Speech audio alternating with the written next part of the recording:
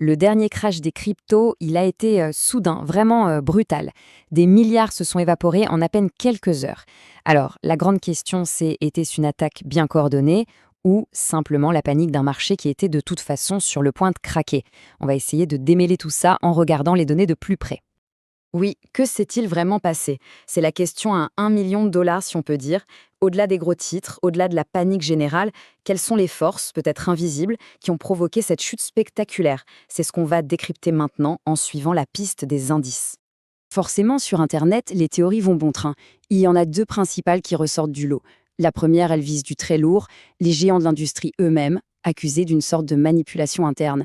La deuxième est encore plus folle, elle parle d'une opération politique carrément orchestrée depuis les plus hautes sphères du pouvoir. Mais bon, que disent les faits concrets? Justement, laissons un peu de côté les spéculations. Parce que quand on creuse dans les données, on trouve une piste. Une piste d'indices bien réelle. Une séquence d'événements très très précise qui semble être le véritable point de départ de tout ce chaos.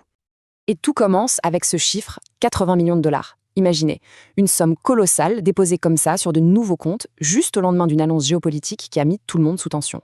Le timing, on va le voir, est tout sauf anodin. Alors regardons cette chronologie. C'est là que tout se joue. Jour 1, la Chine fait une annonce qui crispe les marchés mondiaux. Jour 2, le lendemain, ces fameux 80 millions apparaissent. Et très vite, des paris massifs à la baisse, ce qu'on appelle des shorts ou ventes à découvert, sont lancés contre le Bitcoin et l'Ethereum. L'intention est claire, faire pression sur le prix pour le faire baisser. Et ça fonctionne. Cette première baisse, même si elle paraît modeste, c'est le premier domino, le premier d'une longue série.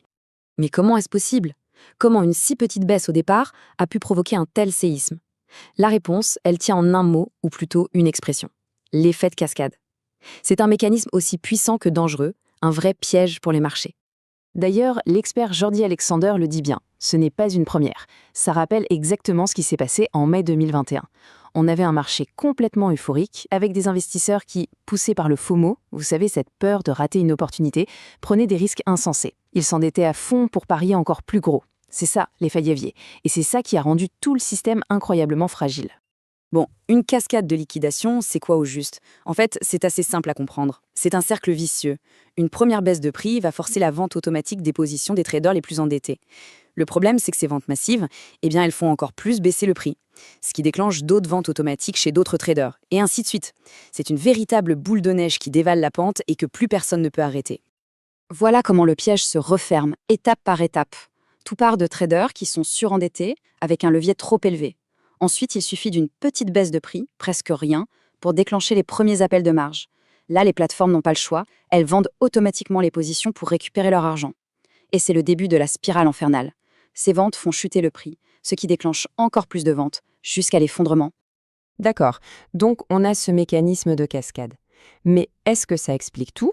Ou est-ce que peut-être d'autres éléments sont venus se greffer pour créer les conditions de ce qu'on pourrait appeler la tempête parfaite?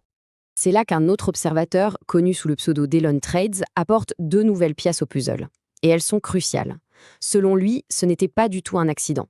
Il y aurait eu une faille technique sur la plateforme Binance. Et elle aurait été exploitée au moment idéal, quand la panique mondiale autour des tarifs douaniers de Trump offrait une couverture parfaite. Réfléchissons-y une seconde. L'idée qu'une faille, une simple fissure dans l'armure d'une des plus grosses plateformes d'échange du monde, ait pu être à l'origine de tout ça, c'est une accusation extrêmement grave. Ça remet en cause la solidité de tout l'écosystème. Et puis, il y a ce deuxième facteur, le contexte, le climat général. On était dans une période de panique macroéconomique, avec des tensions commerciales qui mettaient les nerfs de tout le monde à rude épreuve. Et on le sait, sur un marché qui a peur, la moindre petite secousse peut provoquer un véritable tremblement de terre. Alors si on résume, on a peut-être la recette complète de ce désastre. Prenez un marché déjà fragile à cause de l'endettement et de l'euphorie, ajoutez-y des attaques bien ciblées pour le faire flancher, saupoudrez d'une possible faille technique sur une plateforme majeure et plongez le tout dans un bain de panique économique mondiale. Le résultat ne peut être qu'explosif. Et tout ça, ça nous ramène à la question du début. Est-ce qu'on a juste assisté à un malheureux concours de circonstances, un simple alignement des planètes qui a créé cette tempête parfaite? Ou bien est-ce que cette tempête, comme certains le murmurent, n'était en réalité que la couverture idéale pour une attaque parfaitement calculée? La question reste ouverte.